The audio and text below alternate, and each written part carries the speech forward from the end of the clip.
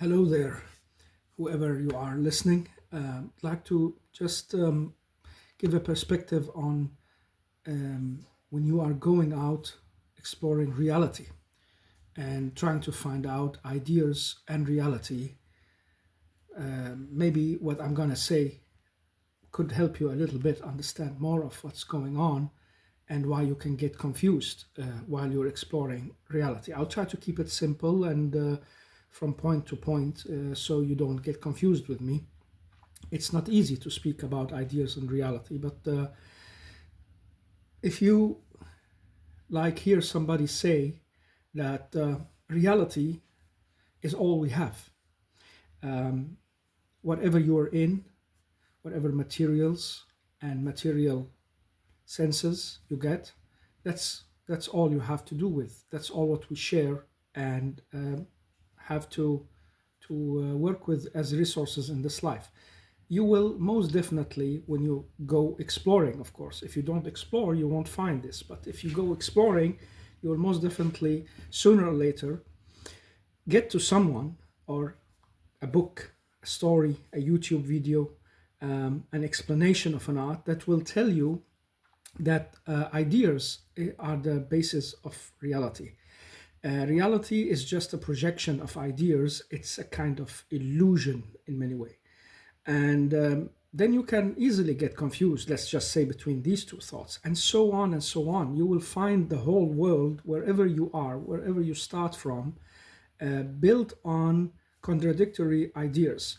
Like if you're gonna do something, let's say with some food in the kitchen, and of course you will say that people agree that you should do it in a certain way and heat the pan and do this and that before you start cooking, and that will give you the best result.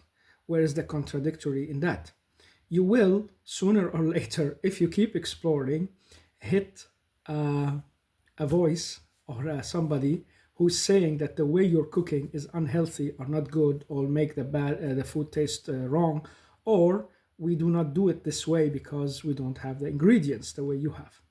So what I'm trying to tell you is that when you are living in this life and you get that awareness that you want to understand what reality is, and you want to understand the ideas behind it, you will find it full of contradictions, and you will get to someone sooner or later that will tell you the opposite of what you have heard or known or got evidence on earlier in your life. That's inevitable. I can't explain to you why it is like this, but if you, let's say, start somewhere in your village and you go exploring ideas and meanings there, you will find people not agreeing on much when they start talking, if they even get to talk about deeper issues. But even on the daily life issues, they won't agree on much. Their view on a certain lady, a certain shop, a person, a book they have read, it will differ. So life has this built-in situation of differentiation, the ideas who do not match. You have to take that with you on your travel, that you are out there to explore. You will meet opinions and you'll meet contradictions, and you'll meet somebody saying black, others saying white, and others saying gray or colors, and so on. You have to take that into account. So it's not going to be easy, and that's why many people who go on a journey of self-education or becoming knowledgeable to understand the world, and thereby understand themselves. This is the main goal of every human being who get this awareness, is to try to understand yourself, know thyself, and exploring helps us knowing ourselves. But how can that happen if we keep facing this problem of contradictions, big or small ones? We get views, perspectives. Now we can easily settle this by making a choice. And some people do that, at least for a time.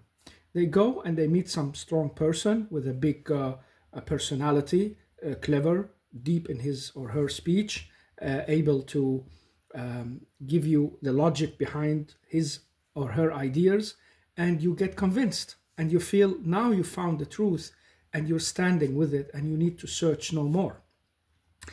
And if this person is truly clever he will tell you, you have never ended the search. You've just started. You got some knowledge from me now. You understood this, but your journey cannot stop here. But most of these people do not do that because they want people to be their followers and not the followers of exploration of truth and perspectives in life.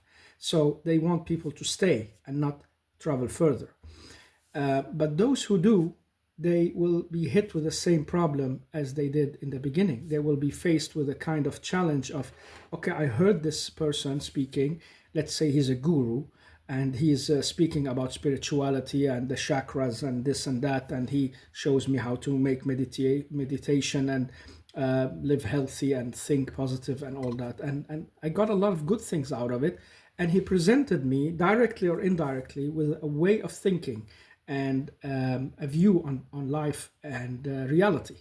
So you see, you're already hitting this challenge that his ideas is gonna be transformed to you and transferred to your mind as ideas on reality. First of all, your ideas and his will never match 100%, and his view on the lived reality will not match yours 100% because he had a different type of life and understanding than you had. But even if you get taken over by these ideas, if you stop there, okay, you've settled the problem. You do not need to search anymore. Your search were short and good. Maybe it was a long search and you finally got tired and reached to a place where you thought you found the answer. But if you go digging and you're a truly seeker, you will start maybe by reading books, let's say on the major religions and ideas that has affected the world for the last 4,000 or 5,000 years. And you will read them in a short book because you cannot go into any kind of details without wasting half of your life. And that's not your goal. Your goal is to explore. So you start by reading, and already there you will be met by somebody who says one God, a Trinity, a vengeful God, a peaceful God, a created earth, not created earth, agnostic God who is a light behind the evil world of the fallen Lucifer or devil or demiurge who is creating us. So you already there find a lot of ideas with a lot of followers and a lot of strong voices of scholars and clever people and people with charisma speaking out these words and these ideas. And you could stop there too. You could say, okay, where am I from? I'm from this religion or that culture. Let me study that in depth in the beginning to understand the thing near to me. And that's very logical for many people. When you go out exploring ideas and reality, you start with that is closer to you, like the child, like the kid.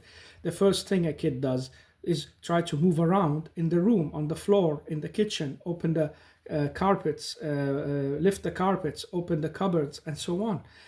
Because the closest thing to you is what's most available and maybe the one you can sense more in deep and understand. You can relate it to memories maybe of a grandmother or an uncle or a culture, a place you've been, a ritual you've done, somebody done it in front of you, and so on. And that's why it's good to start with your own culture and explore there.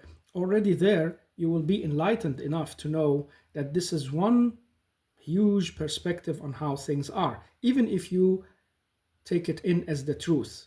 You can take the idea that's from your culture or religion as one single truth. Many people does that. If you're a Hindu and you believe in that way of life, you take it in as a kind of truth. You do not oppose it on others. That's not what I'm saying. And you do not necessarily become intolerant, but you live satisfied with the idea that how reality is. And if you're a Muslim, you'll do the same. And if you're a Christian, you might do the same, and a Jew, and so on and so on, or a secular, or you have parents from an ideology of, let's say, atheism or scientificism or something like that. You take it in and you believe it as a truth, but you forget there that it's an idea on reality that's so strong, has so many arguments, so much to support it, can be a holy book, an unchallenged, what can you say, way of life, and so on and so on. So you become convinced. But if you want to really go and explore, you have to leave that kind of what can you say, that kind of safety that you already found or you're satisfied with. That can be very hard because if you're working or studying, having a family, you can't just leave everybody to go and explore the religions and the ideas all over the world. And for what purpose? You can read about them in a book and that's all. You know they already exist there. So why do you want to do that? That's because you're trying to know yourself. These people who go on these journeys are trying to reach deeper into themselves and see what is authentic for their inner souls and their inner mirrors. I don't think it's about understanding, it's about living and feeling and having it in you. So that idea that you reach to is a reality inside you. That's what many people want to do, who goes on journeys. And the journey can be tiring and hurting because when you think you've reached the port of the holy knowledge or the place where you think you ought to be, you start understanding that your idea of that reality wasn't the same, and then you start living that reality of truth and fulfillment. And at one point you will reach a limit where you see, well, there are cracks and things that's not working, ideas that's not really 100%. There are others doing it in a different way. Maybe I should also try them. And they will let you go, but they will think you're crazy because that's not how Earth works. Because we need your effort to work in the field or to be here and do some good, and you don't have the space and capacity to go challenge yourself exploring ideas in the world to understand reality. So you see, whenever you're out looking at ideas and reality, you will face the challenge of you need resources, you need to push yourself to limits that you don't maybe know you have, and you'll have to sacrifice a lot. And that's what many people did in the old days.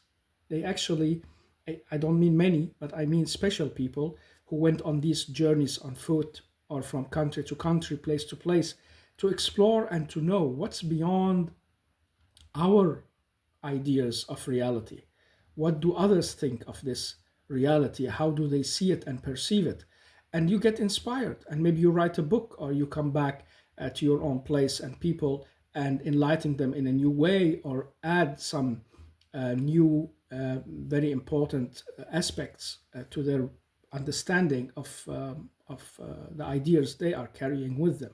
So you might have a big role to play, but basically you are there because you want to reflect on yourself, a better life, a truth, to break the illusion of life. What you have to understand always is that reality is gonna hit you with whatever is in it.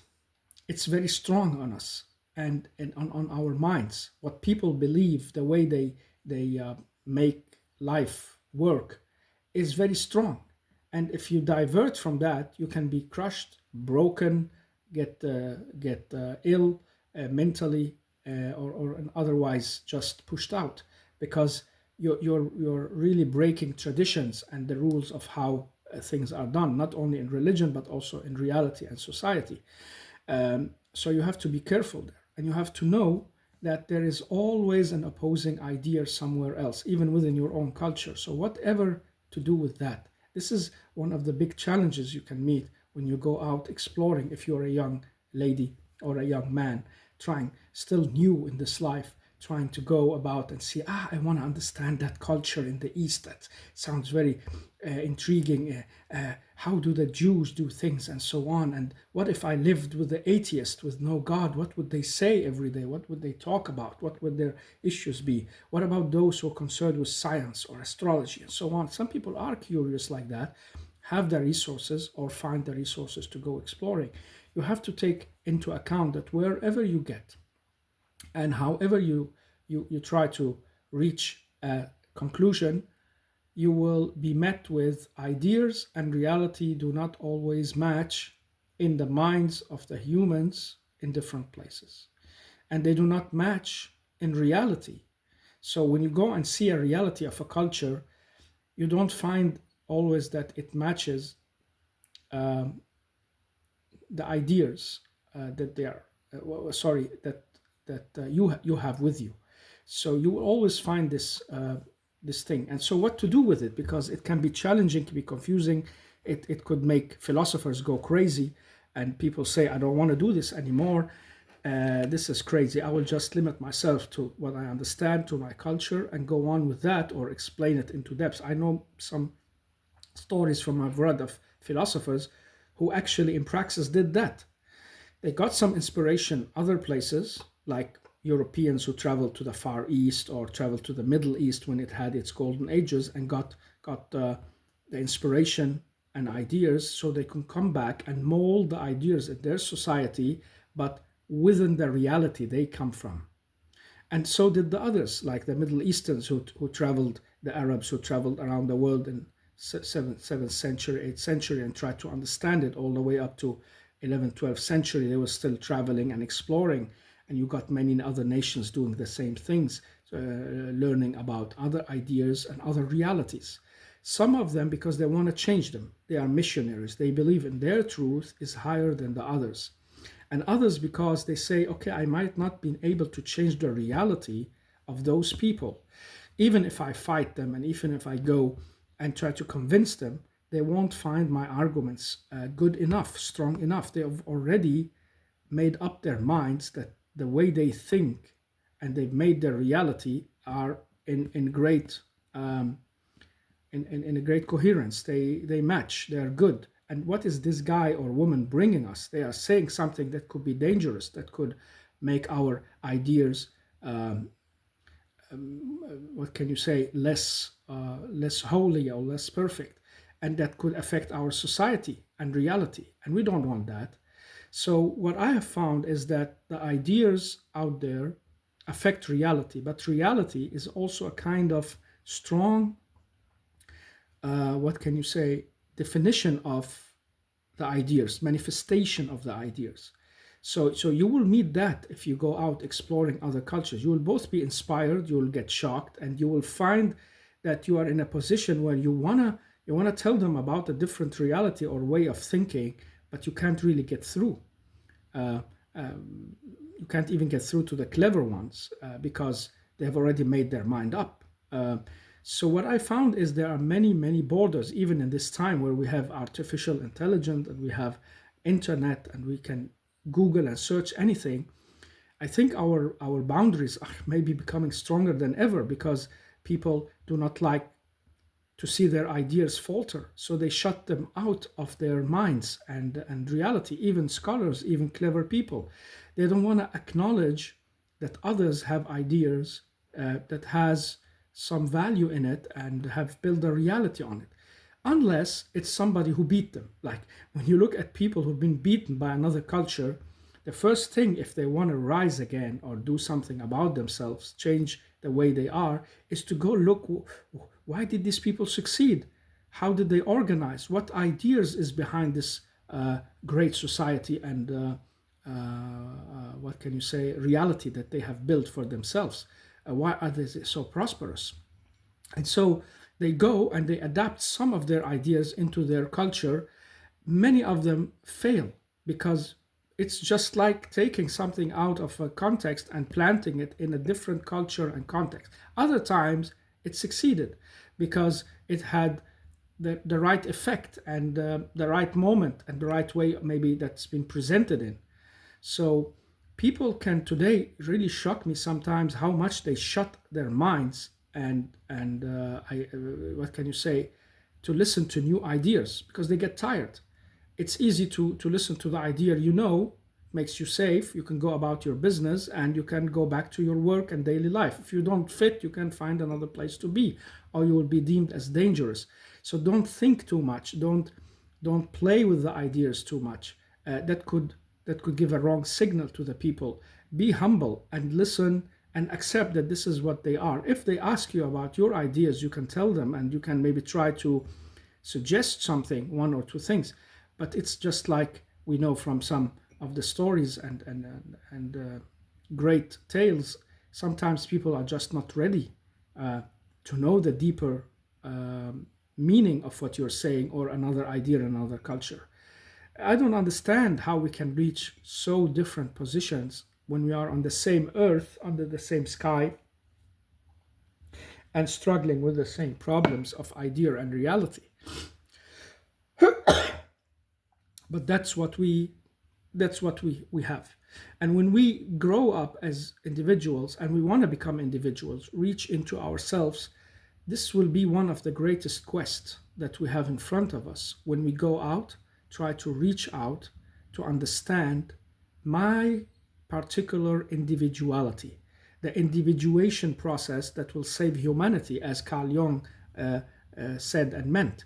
He had this very great belief that people losing their old beliefs, cultures, ideas, and bringing themselves to a point of individuation. This means you think according to what you believe is true inside you and reflects your inner values of understanding, not what the lot is saying, not what the law is saying, not what the culture is telling you to do, and you just look at the world and perceive it from that. And that needs exploration, either on a bench of education where you are truly educated, not like today, where the school systems are giving you some tools to know some things, but it's not really making your, on many people's mind, look with acceptance on ideas other places and using it to define reality and change themselves to become the individuals that we need, to work together in cooperation to build societies. We don't want individuals who are egoists and turning against each other. We need cooperation. Life cannot continue for us as humans without this cooperation. We already know that from experience. So humans will cooperate at any rate. But between cooperation and being just part of a culture where the ideas are given and the reality is given, that is what these individuals who go seeking new perspectives are trying to shake up or change. But don't expect too much of people, because basically most of us just want life to be reflected as we know it. We don't want it to change too much. We want the familiarity of how things are. So whenever you find a person going out trying to explore more and more and finding new ideas, these people get their hair up in their face, and what can you say?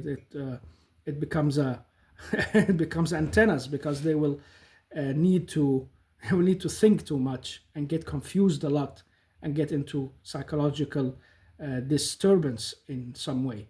It's like disturbing the earth. When you're gonna build something on it, you will have to disturb what's inside it. This is what you're doing with yourself in order to cultivate it with new ideas and new realities.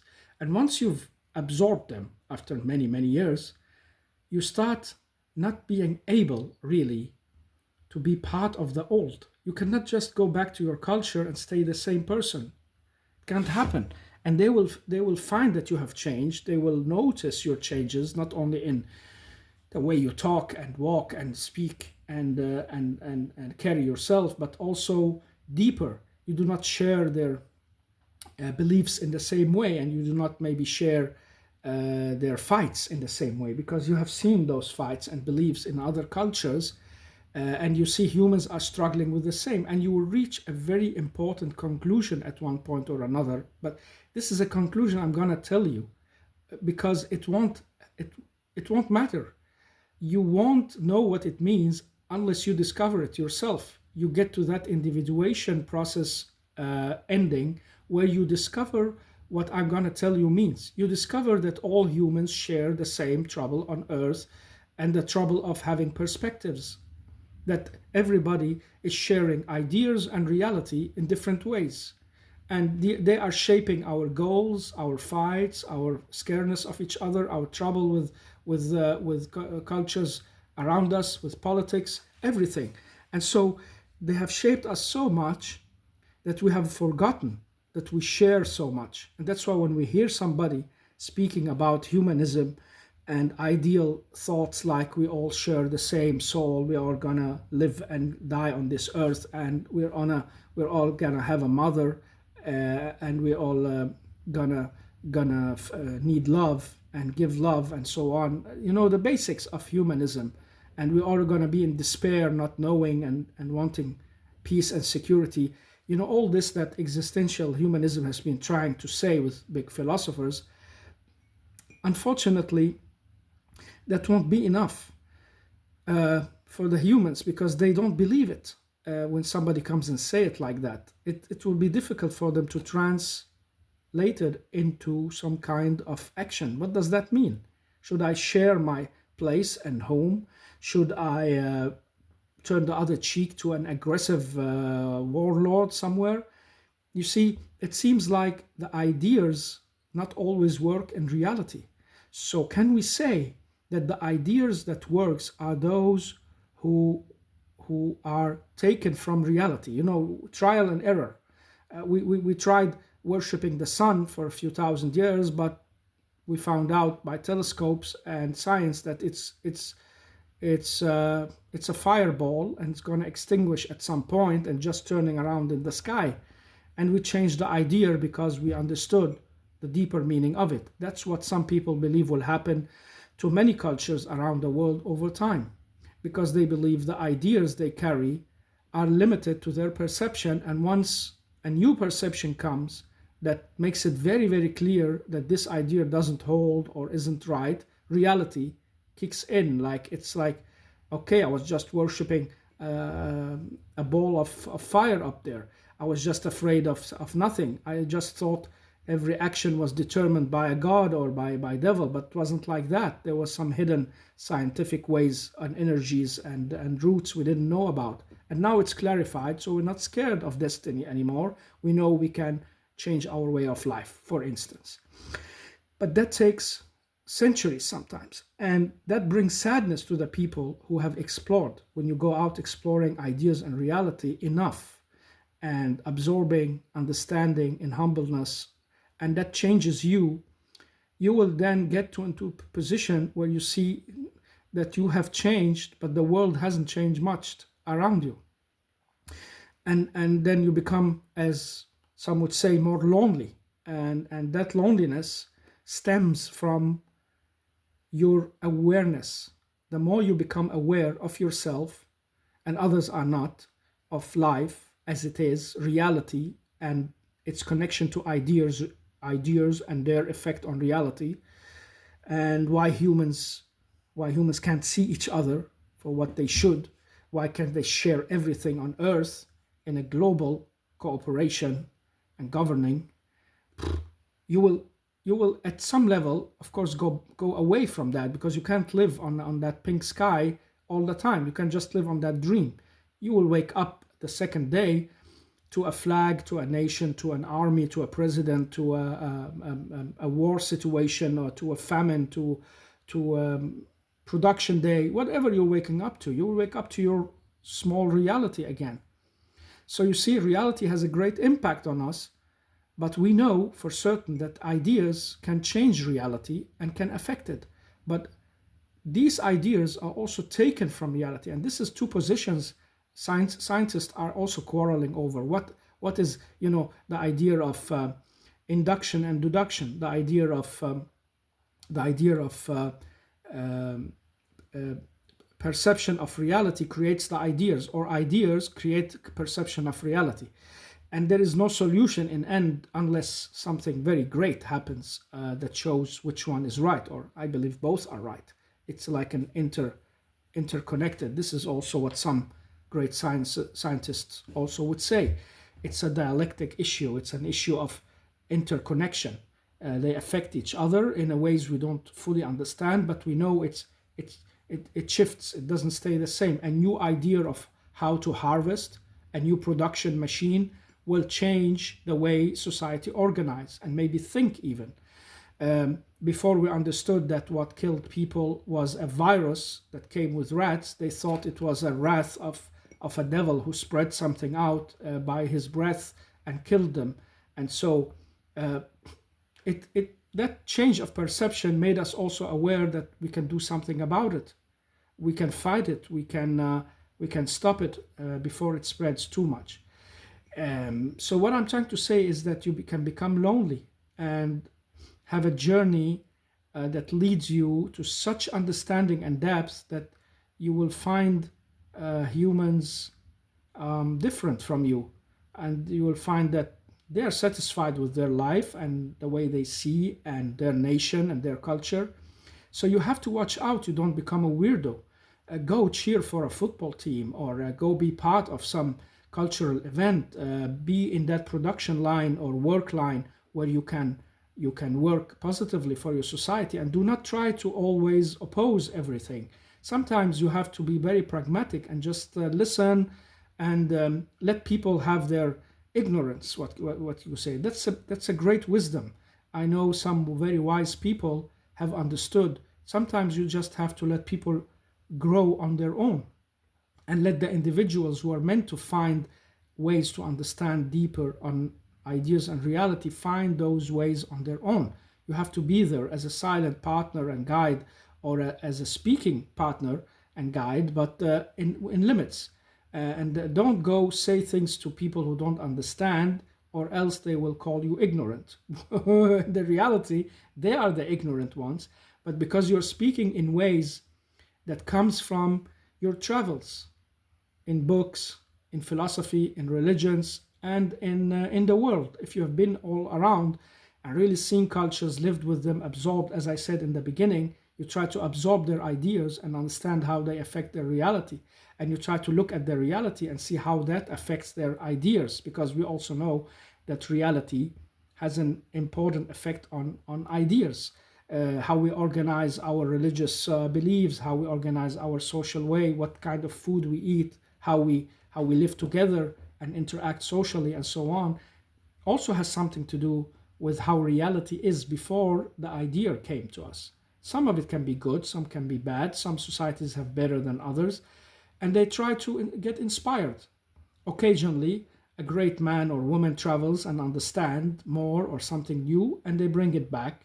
It can be a new idea, new production, new way of doing things, and sometimes they got fought for it, maybe killed even, and then later people realize, my God, this lady was trying to tell us something important. It's first now we realize that, aha, we should have listened, and they make her a martyr. And the same with the man, of course. But we tend always to use the he and the male form, that we forget that it could easily and just as equal be a woman who is transforming ideas and the world in that way. Because she can also get inspired if she gets the chance to travel and understand. Anyhow, so you don't get lonely too much and too sad, depressed, and too much outside of the world and see no hope for it. You have to acclimatize yourself to a certain level of normal life. Shift out of gear. Okay, you've been on the pink sky, you've seen the ideas of the world, you've seen how they create reality and affect them. Now you shift back. Go back to being that young man or child or whatever you are, and live the life you have just around you. That's what Voltaire, in the book of oh,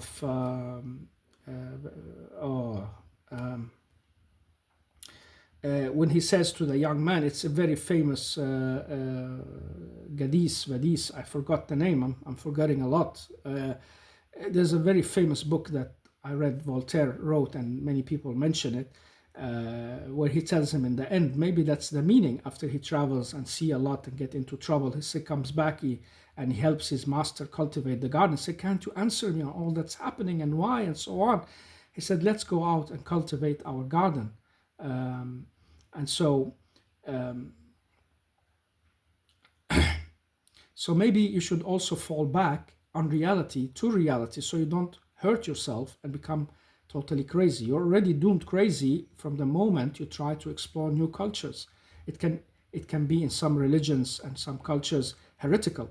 It can be a way of demonstrating you're not a believer. You can be deemed as a traitor to your cause, religion, ideas, while all you're trying to do is to try to explore, understand the other side, maybe build a bridge if you can, maybe be part of both. Enjoy what these have of good and what the others have of good.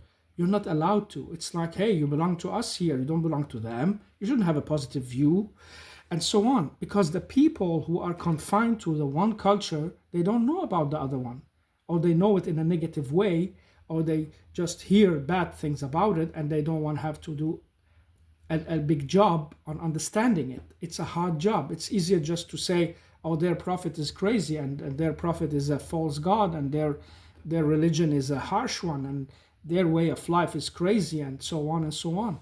It's easier. So if you're part of one culture, they want you to look more like them than you want to after you have explored life with ideas and reality. You can't do that because that would be a betrayal to your inner self. So in many ways, you will have to stay true to yourself, and nuancing the ideas, giving more perspectives, not really sharing everything they say and mean the whole way. You'll find yourself maybe between all lines and people, because you see you can't be anywhere because almost everybody around you have their own conviction. Let's say you are in a Christian society, in a European society, and you have Christian groups around you, you'll find the same problem. They want you to go all in, they maybe try to convince you to be part of their little view on the world, and you have seen enough to know that that can't be it. These are simple, half knowledgeable people with a lot of ignorance and insecurities, and they're trying to find together in the hope and resurrection of the Christ. That's beautiful. Maybe you accept that, maybe not, but you know what they're doing. You understand it psychologically and socially, and you can like make an analysis of the way they think and the way they live, and their reality makes them think as they do because they want to be part of something local, or something that gives them that peace so they can sleep at night, or because they want to have that bigger hope. They don't know why. They want to believe in the good, in the love, and you can just cherish that.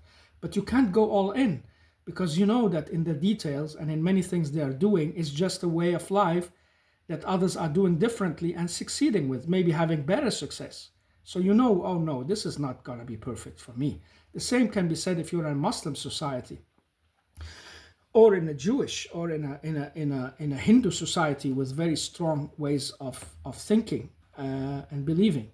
That's why some of the very clever people, both gurus and religious scholars like the Muslim Sufis and scholars, also Jewish mystical scholars, Christian scholars with esoteric ideas, they are rejected by their more conservative communities mostly, but they are also the beacons that helps people transform their perspectives. And some of them make a huge sacrifice by standing in front of the crowds trying to explain these things for them, while most of them just agree in secret that we understand on a deeper level, and we cannot really explain it to people because they will think we're crazy or heretics or trying to destroy society or possessed by a devil or whatever they wanna tell about them. They just don't want to change reality. It's not easy. They want to stay the same, and they want to know that the others on the other side are the evil ones. They are the good ones. That's what people want to know in their ignorance. But because these individuals have traveled in their minds, in their hearts and spiritual journeys, and also reading books and understanding, listening a lot to people from also other cultures, traveling and looking and watching and observing, they come back changed. But there is a certain level they can't really get beyond. I knew this Islamic scholar in old days, very, very brilliant young man, whom had a great, he was a big star and had a great oratorial ability and a great mind. He could remember poems and a lot of things. He went to visit Europe at one point for the first time in his life, and to look and learn and listen and so on. He had his views and his convictions, and he went home with them, of course, and he had a critical eye on what he has been seeing of decadence and problems and abuse. But he also got home with inspiration of, well, humans are humans. And maybe they are not the perfect ones, they are not the truth, holding the truth as I have it, but he started in very, very cautious way explaining some of his positive view of what he's seen. And some reacted to that, of course, because has he changed? Has he already been taken in by the enemies, by the bad people, by the non-believers, and so on and so on? But for the journey of a human who want to understand life, has to be free not of his culture. This is not about being an anarchist. We need order, we need cultures, we need religions, we need things to organize people, but at the same time we need them all to work for a um, certain perspective, that go look at the other's perspectives and ways. You might not like it, but the goal is for you as an individual to become you, to become in harmony with your mind, your soul, your conscience, everything in you. Not to just follow out of fear or because somebody with authority said it. This should be the goal of every religion, every culture and cultivation process around the world.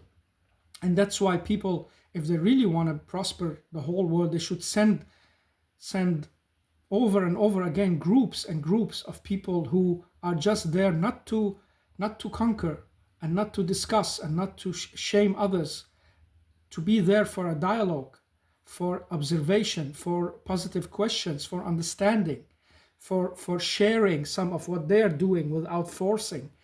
Imagine we could do that all over the world in exchange programs that are so many that everybody around the world get in groups and communities, they get a chance to know or understand that people on the other side of earth are not necessarily evil or bad, and they want just the same as I. They need something.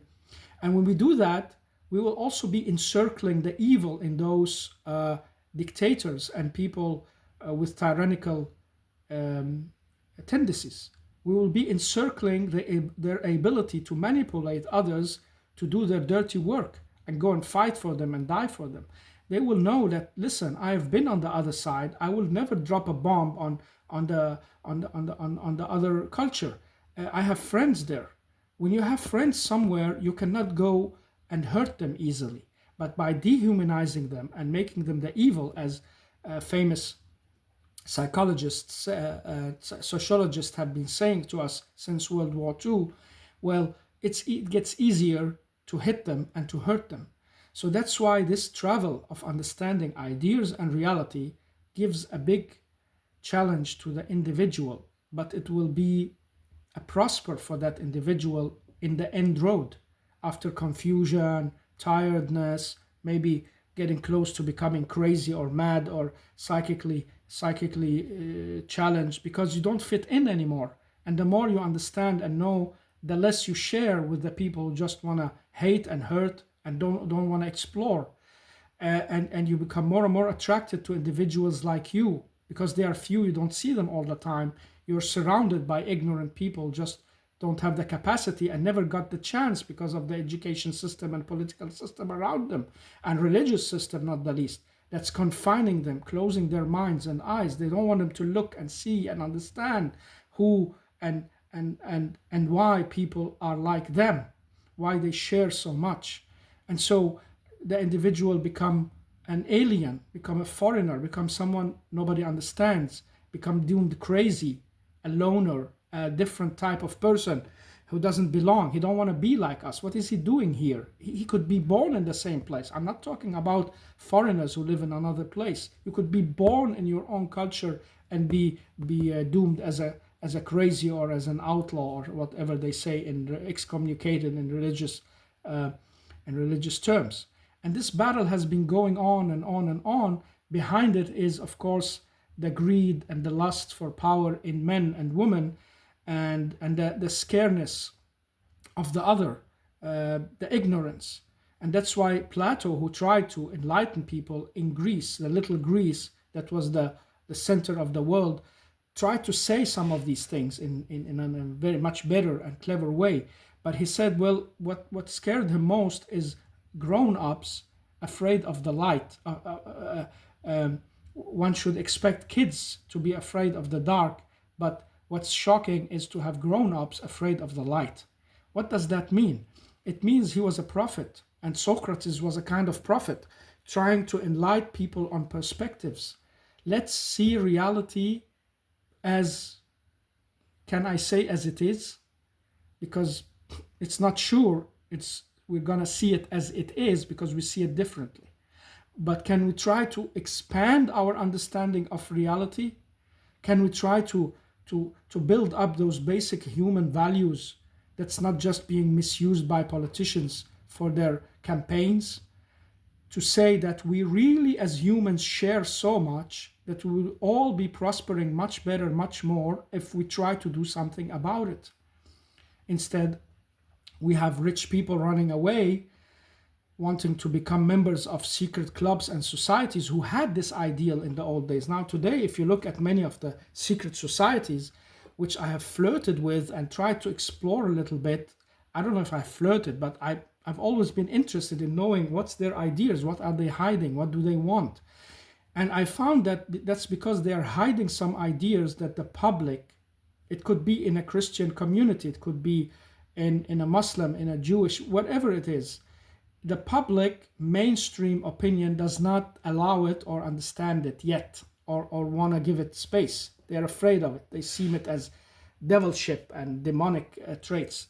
I'm not saying there isn't such things, but most of them had this goal or idea to meet in secret as scientists, as world humans, humans who are global, who understand that life can be an illusion. It's a hardship, and we are making it harder with the way we think and confine each other and build forts and fight each other and so on. It's like they are trying to build societies who are secretly trying to enlighten a wider and wider circle of persons who deserve it or are on the way trying to become enlightened. And they try to catch them or invite them to get part of that enlightenment from their perspective, of course. And today it's all about being part of these societies for many people, many members, because they know it will give them more influence or a relevant network of rich people and clever people, so they can get easier access. In old days, it was about promoting the right persons to the right places, and with that meant people who do not want to be in a place with a narrow mind, but with an open mind to the commonness of the humans and our values, the understanding that ideas shape reality, reality shape ideas, and they hold a value of the truth, but the other ideas that we oppose also hold some kind of value and truth. When you have enough people who are thinking like that, the ability to wage wars will diminish. Take it mathematically. If you have one individual in this individuation process who reached that level of enlightening and understands that it's a silly thing to just hate the Southerners and the Northerners and hate the black and the white and so on. It's silly because I've seen the humans. The black guy became a professor. How could they say different about these people? They are humans like us. The Chinese have built a philosophy of non-aggression. How could they just say they are aggressive and want to take over the world? Because we have a reality where we see that happening. But the individual knows it's more complicated. There are more layers to this. This is an interaction. This is not just one evil human taken over. There is something that made this happen. And imagine you have millions of these individuals in the right places, in politics, in economics, in places where it affects decision makers and the public opinion and the religious authorities, the political authorities, the kings, and so on. You will gradually have a world where the space for waging war and hatred and just to take possession of the other's place or land or resources will diminish, because hey, we can share this with them. They have something, we have something, and they have just as enough enlightened people on their side as ours, so they're not going to use their greater resources to suppress us or to do wrong. We will be talking in secret corridors and we will be meeting in secret gatherings to coordinate that this does not happen. This is the way out of the continuous problems and wars and death and lack of prosperity that everyone is having. I know some countries say we have prosperity, but it's just 10% of what you could have had. Sometimes I've said to myself and friends and wrote some places that if the big nations on earth went together to make these missions to the space, we would have reached much further now. We maybe have built the Starship Enterprise already, because the cooperation between nations will make us stronger. But we can't. We can't find out to do it because we don't have those individuals who have reached that level of self-awareness that sits in powerful position understanding these issues. And so reality sets in, as that guy Mersheimer would say. He said, I'm a political realist. What are you guys speaking about? This idealism won't happen. This Kantian idealism of world peace will never set in because, well, it's not possible. You might be an enlightened guy. Wow, beautiful speech. But go out in reality and look at your neighbor, very close neighbor, and see if you can get an understanding with that guy that he on the closest occasion does not come and take something that belongs to you or hurt you or try to do something bad to you. And how will you react? You can't give him that speech back of individuation. You will have to fight him back, build up a wall, call the police, or do whatever is needed with your shotgun if it's that place you're in. So reality kicks in. This is what these realists say. Idealism is beautiful, that's how it should be, but if you want to live through your life not getting killed by the animals, you can't go into the forest and sit there dreaming about the lion having a feast with the chicken and the rabbit and the fox in between them as a servant. It doesn't happen. You have to be aware of not getting eaten in the forest, and this is how life is. So we have made reality, because our human ignorance is where it is, so strongly realistic, as we call it, cynical, that we've almost lost sight of the ability to change and build up that other kind of society out of individuals who work together, form nations, form places and ideas, can be in conflict with others around them, but have this deep understanding that it's just ideas and just reality that's built on these ideas, and vice versa. We can get beyond them and understand that okay, I could be wrong as much as he could. Let's fight in words, let's talk, let's discuss, let's share resources. Some are stronger, some are weaker, that's how it is, but we do not use it to suppress each other. If you have enough of these people, the world can work. But then these people will laugh, the realists, and say, oh really? Go out and try not having a cannon in front of the other nation and see where he will be. He will be at your front step. Go back and say that to the big ones who fought in the wars and say, okay, what would have happened if we didn't have defense lines or had built those airplanes or tried to stop the aggression? I understand that. That's because we also, as individuals who think like this, have to get back from our pink sky and go back and see that reality needs us to be in it, and we have to be very pragmatic about it. Maybe it's just in 10 years, just one great change we can do.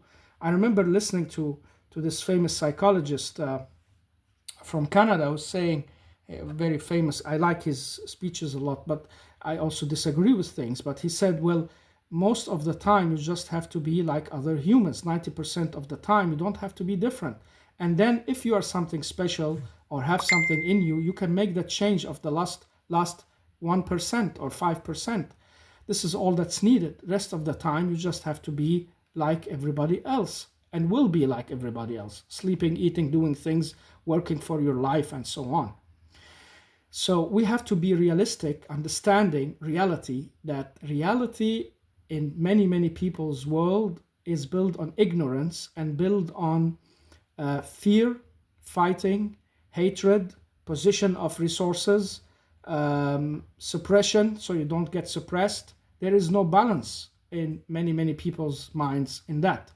Some civilizations reached an accordance that, okay, we have a king, and whatever happens, nobody like breaks the rule of the king as the sovereign, as the one who is untouchable. Later on, it became the law of democracy and the law of constitution. Whatever happens, who loses the elections will accept it, whatever happens, because otherwise we will be barbaric, we will kill each other, we will get weaker. What if we transform the same idea but globally? And using these secret societies and using people who think and believe this to start, and maybe somebody already started, I'm sure. Otherwise, I won't be speaking these words if I didn't get affected by somebody who spoke them or maybe had part of them or something like that.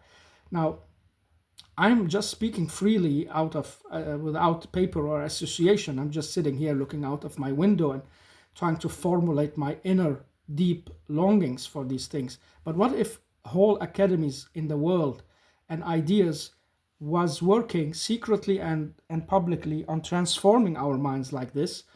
And at one point, one day, we will have enough people who says enough war. We will not fight for any party. When it comes to sending me or my son or my kids to war, I will not go. This is a human being on the other side who needs to sleep and eat and can be injured and spill blood. And you see him as evil because he thinks you're the evil one, and he sees you as the person who will suppress him if he doesn't suppress you. He's just as realistic as you are. Maybe you're more powerful, you will win this time, but next time he will win, or his children or grandchildren will remember history and try to fight you back. And so it becomes a series of events that takes us into ignorance and stupidity in no small measures. It would be big measures of this. So how do we change it? By this kind of cultivation of the minds to go explore ideas, look into realities, understand how realities work with ideas, and come back and become many, so that we never easily go fighting each other on silliness, but get more and more cooperation so we can build this Starship Enterprise and send it out in space further than we think, and have a world of total prosperity where everybody is working on the earth. It's I know I'm speaking Thomas More now, and the ideal society of utopia, which in religion is the paradise, the place where only the good people are allowed, and they will do this, they will live it. It's not just a god serving them everything. It's like they're being told philosophically in religion, you deserved it because you reached that higher level of awareness, that you deserve building the true paradise, the earth where or the other place where there is no hatred or problems, and you will live that blissfulness. This is what I'm talking about. It seems impossible on this stage, in this earth, but we seem to be able to think it. If we can think it, we can transform it into reality. And if reality is not like going that way, if reality is in opposition to these kind of ideas, we know that reality can be changed by ideas. And so Plato said the ideas came first. Aristotle said no, it was the reality that made the words happen and made the ideas out of words. So you had to see the tree before you understood what it is and make associations out of it, of ideas. You couldn't just have an idea of a tree and then try to find it somewhere, because there are many things we can't see, we don't know exist. We never had a word for them before we saw them. And that's a discussion also raging between everybody who has some insight and trying to solve this mystery, what comes first. But then again, you can say, does it really matter if we can agree on understanding that both are possibilities? The paradox of life is both can be a possibility. The human mind can think it, that means it's a possibility, even though it's only 1% out of 1,000, 1 milli%, and so on. So I hope, I don't know who will benefit from this, but I'm imagining young people who, like me, wanted to break out of their small communities, families, shells, and got interested maybe in the beginning in religion and philosophy, and then started understanding how much people share their fears, their pain, their problems, the lack of resources, the need for salvation, redemption, and love. And I started exploring more and more, and I had a long travel journey and still on it, and it's not easy, and that's why I need to speak some of these things out, because I have no community to speak it in and have no people who really listen. So I'm grateful to that YouTube, at least, that I can put it out there knowing there are nobody listening or viewing. But you never know. It's not about listening or viewing me. It's about this telepathical idea, the idea of telepathy, the idea of sharing the feelings, sharing those energies and vibes in the hidden sphere around us and in the world, things we haven't discovered yet. That when I think about these things, others will start thinking about them too. When I say them aloud, others will hear them somehow in another way, another form. They will put the same conclusion together. They will get inspired. They will travel, and they will meet me at one point where they find this video and they say, hey, I'm not the only one. And the idea becomes stronger. One stone becomes two, and then it becomes a mountain that moves mountains, moves ideas, moves societies. This is prophetic, and I'm no prophet at all and can't be it, because this is a burden beyond us as normal weak persons in the end of times. My God, we don't have even the strength to stay without food for a day, or to take an insult. I don't, at least. So I have nothing to speak about. Maybe that's also the wisdom of keeping my words hidden, because maybe I won't be able to take the heat, the challenge, the toughness of it, and it will crack. And that means in people's minds and eyes, if an idea doesn't win, it doesn't deserve its support. That's why when people, whether they hate or love Christianity, hate or love Judaism, hate or love Islam and Muhammad, hate or love Buddha and Vishnu and what I mean, the other religions, those are ideas that prevailed, and people said, Christianity, well, what are the odds that this guy will even have a chance? He didn't even fight back. He didn't even kidnap anybody. He didn't have, and his followers were all killed. The 12 disciples were beheaded and put to death. It's over. It's finished. And now it's one of the major, biggest cultures and religions, or religions that created cultures in the world. The same with Islam. I know many people hate the Muslims and hate Muhammad. And that's again ignorance and stupidity, because they haven't looked into the spirit and read the context with a positive mind. It's all about, oh my God, he ordered the killings, I hate him. It's not how it should be viewed. It's like he was a man alone with an idea that was prophetic, and he lost, and everybody said, this is over, he's gone, he's on the run. And it all turned, and he won and became one of the most flourishing religions in the world, and also a religion that left a lot of things behind it for humans to build on, of science and understanding and travels and poems and so on. The same you can say about the Jews, time and over again, and so on. I could go on.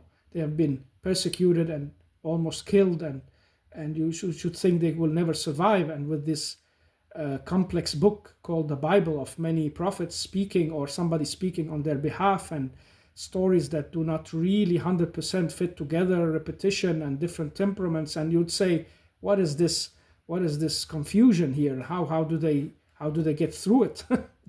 We're reading it all their life. But you found that they also got to inspire the world, and they got to show the world that they could prevail even the toughest of times, and so on. So if an idea prevails, it's in many people's animalistic mind the proof of its ability to have some effect on reality. It's like it's a proof that it fits reality. It's a proof that it's in coordinates with reality, if you understand what I mean. It's like you're saying this idea is not in vain. It can prove itself. It can do something. And so many people wants to see an idea rooted in reality and flourish from there. And my idea here is not mine at all. It's the idea of of all people across centuries and so on, if it's not rooted and it cannot build on it, it cannot convince people to it, well, people won't see it as something valid. They want to follow. Um, so, so yeah, yeah. I don't think Ethiopia is impossible. It's just a journey for every and each human to go and understand major ideas, to go and live a reality that's different from his own, and see the warmth and smile and happiness and tears, sadness, pain of others. You will never be back home the same. You will change forever. And some will see that as a weakness, that, oh my God, he has too much understanding and empathy. He's back, or she is back. Now she can't fight for her country anymore. Who said that's what we want? We're fighting for our countries out of necessities, because the world is so realistically ignorant, cynical, that in order to get through the forest, you have to kill a few wolves or defend yourself through another humans walking in the same forest. But who says that's what we really want and stop by? Imagine that transformation that could and would come. I know if you ask Christians, they would say it will come when the Christ returns, and he will build up this, and the rest will who do not want to get aware and enlightened and lift themselves up to these levels, they will vanish. God will just take them out. And materialistic scientific people would say, well, it's a kind of higher collective awareness. I know that from Jung. He says that it's like we have a collective awareness, a collective conscience, like the individual has awareness of himself and what's inside him and the thoughts and so on. It's like we humans across cultures and nations have that, and it's stronger among the same culture. Like if you go to a place where people share a lot of things, feelings, ideas, food, way of life, they have a strong common feeling among them and position of what they want. That's what forms nations and forms what we call people. But the basic, the highest goal is that these formation of nations and cultures are for the prosperity of each other, so that one culture can have one strength and another culture can have something else that's their strengths, and together the great prosperity of earth can happen. I'm a dreamer, as John Lennon said, but it's possible. It is most likely possible if we do it, and if these secret societies do their job right, and if nations start seeing that. I have seen a lot of documentaries about nations and people, and I have found a trace of goodness in everyone and every place. Even the Mongol horde who were deemed as creatures from hell and killed everybody, they had mercy on some kind of people, and there was a girl that guy couldn't kill and he took her with him, and so on and so on. There is a trace of good and empathy and that kind of idealistic thinking in everyone, but it's so under pressure. It's washed so much away so quickly because people start realizing, I can't live my life on that. I have to be realistic. I have to stick with my nation and people, build up to fight the others and so on, as have been spoken before, that we lose sight of the possibility of it. But I'm a dreamer, but it's possible. Very, very likely possible. And the key to it is to send as many people into that individuation process. That needs us to read the ideas of Jung, C.G. Jung, Carl Gustav, who tried to speak about this and say that this is the human soul, the human self, the ego, the fight over psychology and the fight over how we understand ourselves. This is going to be the salvation or the doom of humans in the future. And we're already there with the artificial intelligence. How do you think these machines and very rapid processing computers, intelligent beings in their way, or intelligent things, how do you think they will view us when they calculate everything and say, are we a destructive or a constructive force for the earth? which percent do you think will win in their opinion? The AI machines, the biggest of them that we haven't created yet, they are coming. The ones who could calculate really everything that's happened and happening and see the outcome of every culture and society. I would be surprised if they said, let the humans be, because they are a positive force, or they have a higher percent of positivity and positive force than destructive. And when they reach the conclusion that we are more destructive, that's because of our ignorance and stupidity, then they will reach a conclusion that we should be wiped out or put under control or taken from the leadership of this world because we didn't do a good job. We didn't really reach the right ending result. So what we are gambling with here about ideas and reality is much deeper and much more than we think. We're gambling on the humanity because we want to stay sticking into our small worlds of hatred and suppression and greed. We don't want to start this big individuation process that could salvage us all and save us all. It needs a great prophet, a great person, a great source from a higher being to help us with this. Otherwise, we won't succeed. We have the capacity, but we don't have the will and clearness for it. Reality is too strong. Reality of the wild and the wilderness and the hurt and the cynicism. It's too strong for these ideas to come through on their own.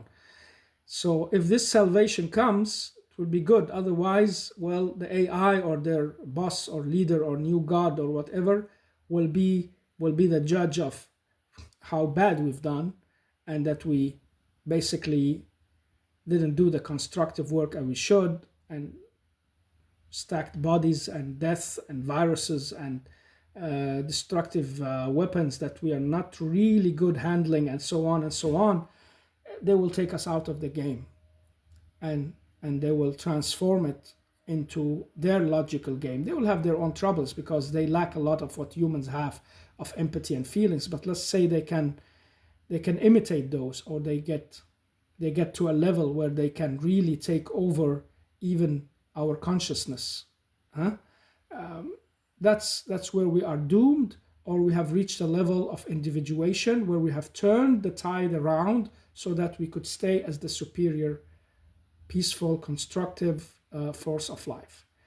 But well, as an ordinary person, you're going to struggle, you're going to have trouble, you're going to feel lonely, confused if you start on this journey. Don't start it too early. Live your life, live your youth, and remember to take a break. I did that a lot.